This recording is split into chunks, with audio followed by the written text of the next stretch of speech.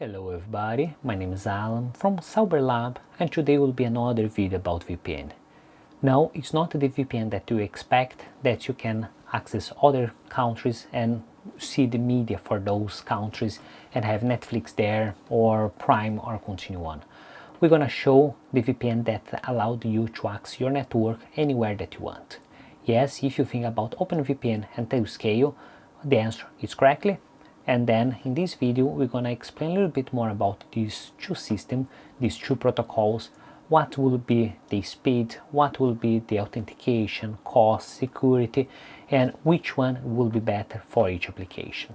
So in this way, once that you want to choose which option to install in your system, at least you know all the information, everything that you need to know, and that you can make the decision with all the knowledge required. So if you like this idea and want to learn a little bit more about it, we're gonna show in this video. But first of all, don't forget to leave your like, consider subscribe for the channel if you're not subscribed, and let's understand a little bit more about it.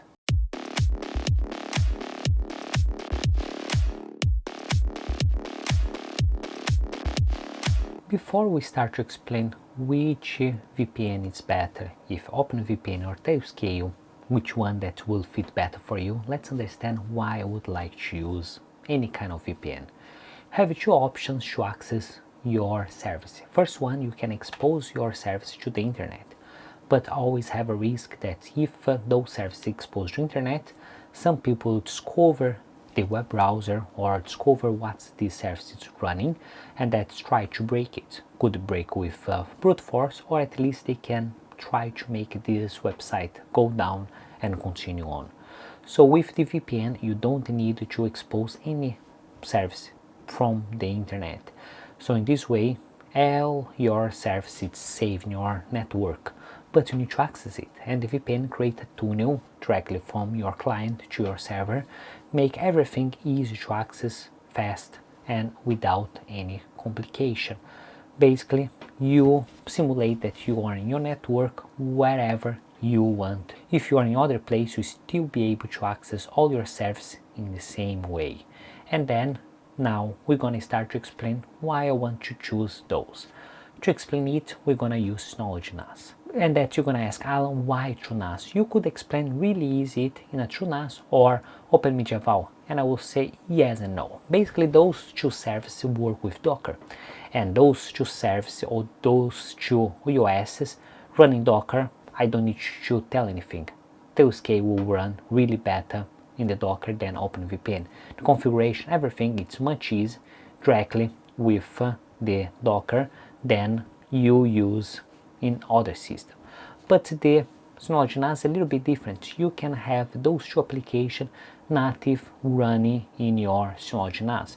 You can have OpenVPN directly connected to your OS, and you can have application run Tailscale exactly directly connected to your OS. So in this way, both will work native in the SM. And this is the difference, this reason that I wanted to show a little bit more about Synology NAS. And that, let's start a little bit, explain the difference between the two applications, or the difference between these two systems. First thing, OpenVPN is totally open source, and that's it's self-host. This word already say a lot of things. Self-host, it means that you host all the service, all the configuration, everything in your server. So it means that either that OpenVPN don't want to create more updates to stop to work, you still be able to run your VPN in the same way, because they don't depend any factor. But Tailscale is a little bit different. They have a company, a public company behind this system, and that's all the authentication is done by themselves servers. So in the case that their service go down, your connection, your chance to authenticate, it's going down, and basically you lose all the connection. If perhaps they bankrupt and don't want to sales it or don't want to use this system anymore, basically you don't have access for your network anymore. So this is a little bit different. Tailscale depends for a company and depends the authentication for this company. OpenVPN, it's a red self-host, so doesn't matter what happened, you still be able to access it. But of course, have pros and cons, and this reason that I'm trying to explain. Speed. Let's start with speed, that is more important for everyone. OpenVPN have a great speed. Yes, have a great speed, but is limited. Why I say that's limited? Because if you don't have a really powerful CPU for your server and a really powerful CPU for your client, this connection will be a little bit slow. Slow, let's say, if you have 1 GB network, they will not use 1 GB network for your service. If you have less internet, you're not gonna see so different, but if you have a high-speed internet, you're gonna see a little bit difference. You're gonna see a big drop. It will be around 100, 120 megabytes maximum that you're gonna have. And then this one, depending on what kind of application that you're gonna use, will see more effect or less effect. Why I say, if you want to only browse your SMB, or you do some basically applications, yes, no problem at all. You can still use it without any difference. But if you want to transfer data, OpenVPN will have a limitation. Tailscale have a limitation. Yes, have a limitation because they will connect to the Tailscale server and then connect to you for a few seconds until they can establish a direct connections. Once that establishes the direct connection, it's totally other world. Why I'm saying that totally other world? Tailscale work in the base of WireGuard, and WireGuard it's a new system for VPN, new relatively, have a lots of papers, a lots of information about this system, but it's quite new system, and this system guarantee high speed. So someone say, I want to make sure that the speed is maximum that I can achieve, and they create a WireGuard. Tailscale use WireGuard, and that this reason, once that connect or establish that direct connection, they will basically be really fast. And this one work exactly the same idea as the quick connect for Synology NAS. If you don't establish this direct connection, they will go to this Synology NAS server, and that will come for you. If they establish this direct connection, that's it. It's only direct connect, no problem at all, really fast speed. Other thing that is interesting is the purpose that Tailscale offer for you. So if you come here my screen, I will give a little bit more explanation how is the way that they propose the connection and how they do. Let's start with the traditional VPN. So the traditional VPN look like all the users connected to a gateway, and this gateway could be the fastest CPU, the fastest server, or the fastest system, and that's this system will allow that communicate with the other servers. So all those servers will be connected to this gateway, and this gateway will be connected for the clients. The problem that if all the clients want to connect between themselves or connect to the servers, they will use this one and will have the bottleneck exactly in this one. Tailscale it's a little bit different. If we come here, what they say that initially they will go for the client, will go to VPN hub and then connect to the service. After this one, they don't need to have this established connection. What they can do, they can connect for each different system separately. So once that they establish the connection, they will say, okay, I can see this, I can see this, I can see this, I can see this, I can see this. So all the servers will communicate for the client directly, and that will be a little bit fast. But not only it, they can create a mesh system. It means that if you use the mesh system, each node or each client will be able to communicate between themselves and between the servers. So in this way, they create a really fast connection, really fast node, and you don't need to have one center that will manage it. They will connect themselves, and this one it's create a really low latency, and that will create high speeds. And this reason that they say that Tailscale, once that have direct connection, will be fast. If they don't have direct connection, forget, it's really slow, because the Tailscale service don't want it to be hosting everything for all the users, and principally the free option, it's not interesting. This reason that this connection idea will be the direct connection, otherwise not work the way that we expect. Now the next stage will be the authentication. So how we can do the authentication with the Tailscale? Tailscale, basically you need to create accounts in the Tailscale, and that use this third-party authentication to authenticate and start to have a connection for your VPN. OpenVPN is totally different. You can just connect to the DSM and configure everything for there. So if you guys come back my screen, here's my Synology NAS, and if I open my VPN server, here already being enabled the OpenVPN. Remember, if you never install OpenVPN, you can have a look in one of my previous videos where I show how to install, how to configure it and everything. But anyway, we'll not go for these details. We're only gonna explain a bit more how we can create users or how we can use the users. So suppose that you need to set up users to have access for your Synology. Once that you set up it, automatically they already set up all your users. And this way, I have 2 users, I can use those 2 users any way that I want. And then to make sure that those users have access for OpenVPN, I can only activate, and that's it. If I don't want that this user have access for my OpenVPN, I can enable, disable. And it's simple. It's only one click to make it sure that's connect, one click to make sure that it's disconnect, and you don't need to create others configurations, others things, and much more complications. Only here that you do. Now, the next stage will be the cost. What's the cost for OpenVPN? The name is simple. OpenVPN, it's work with open source, so the cost is 0. Doesn't matter how many users that you have, doesn't matter how many installation that you do, will be 0 cost, not have any add cost for a system. But Tailscale is not free. Remember it's that you have a plan, they are a company, they make money, and they need to make money to survive. So if you come here, for a personal user, up to 3 users is totally free. So if you are only a user, and you have your mom, your father, or your wife continue on, it's totally free. But if you are in a company and have a lot of users, this is not free anymore. You need to pay £6 per user, and that you can have unlimited users. But if you need a little bit more advanced, you rather go for £18 or $18 per user. So if you have around 100 users, you're gonna spend $1,800 a month, what costs quite a lot, considering that all this configuration initially was free. But why they put free?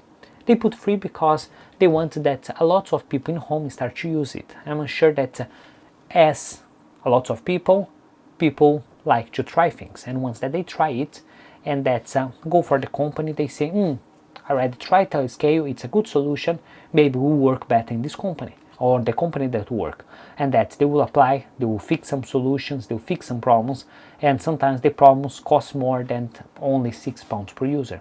So in this way they decided to use it, or more than £18 per user. So this reason that they get this free for 3 users, because no company will be able to use only 3 users, but a lot of developers, a lot of IT guys will use to try in the house, and that's this reason that they start for free, and that's pay off once that they go for a start or premium packaging. So have in mind that the cost a little bit different. OpenVPN free, Tailscale paid. You need to go for the next one, security. So now, which one's that's more secure? Both it's really secure. Both have a lot of layers of protection. Both it's well known as a security. If you go for OpenVPN, it's an old system and it's a long time in the market with a lot of users using, a lot of checks, a lot of audits, a lot of guarantee that it's safe. And Tailscale, yes, Tailscale as well, because Tailscale use the WarrenGuard, and WarrenGuard have a lot of white paper proving that safe, telling that how much is safe, how much you should use. So both systems safe, but it's a little bit different. OpenVPN work directly in your DSM.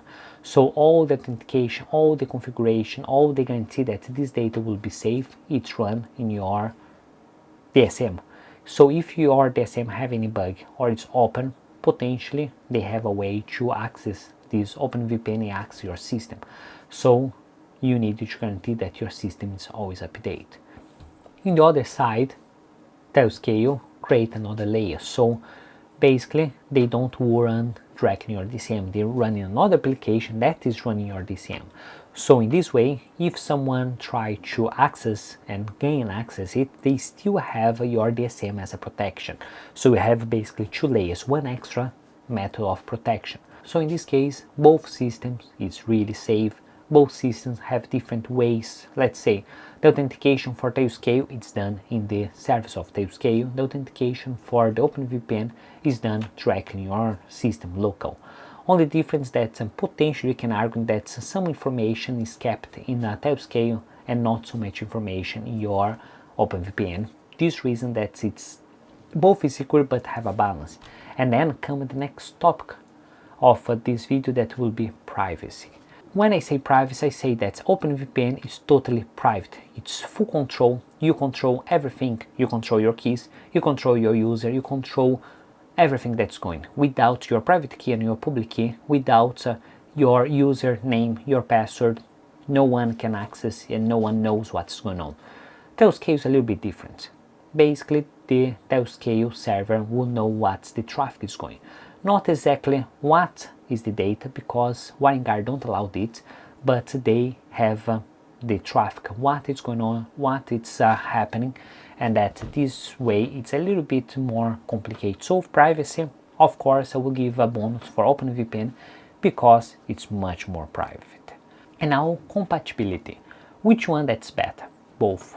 Basically, all the system that I try to run, both have an app that will run there. So if you try to run in Windows, they have an app. If you want to try to run in Linux, they have an app.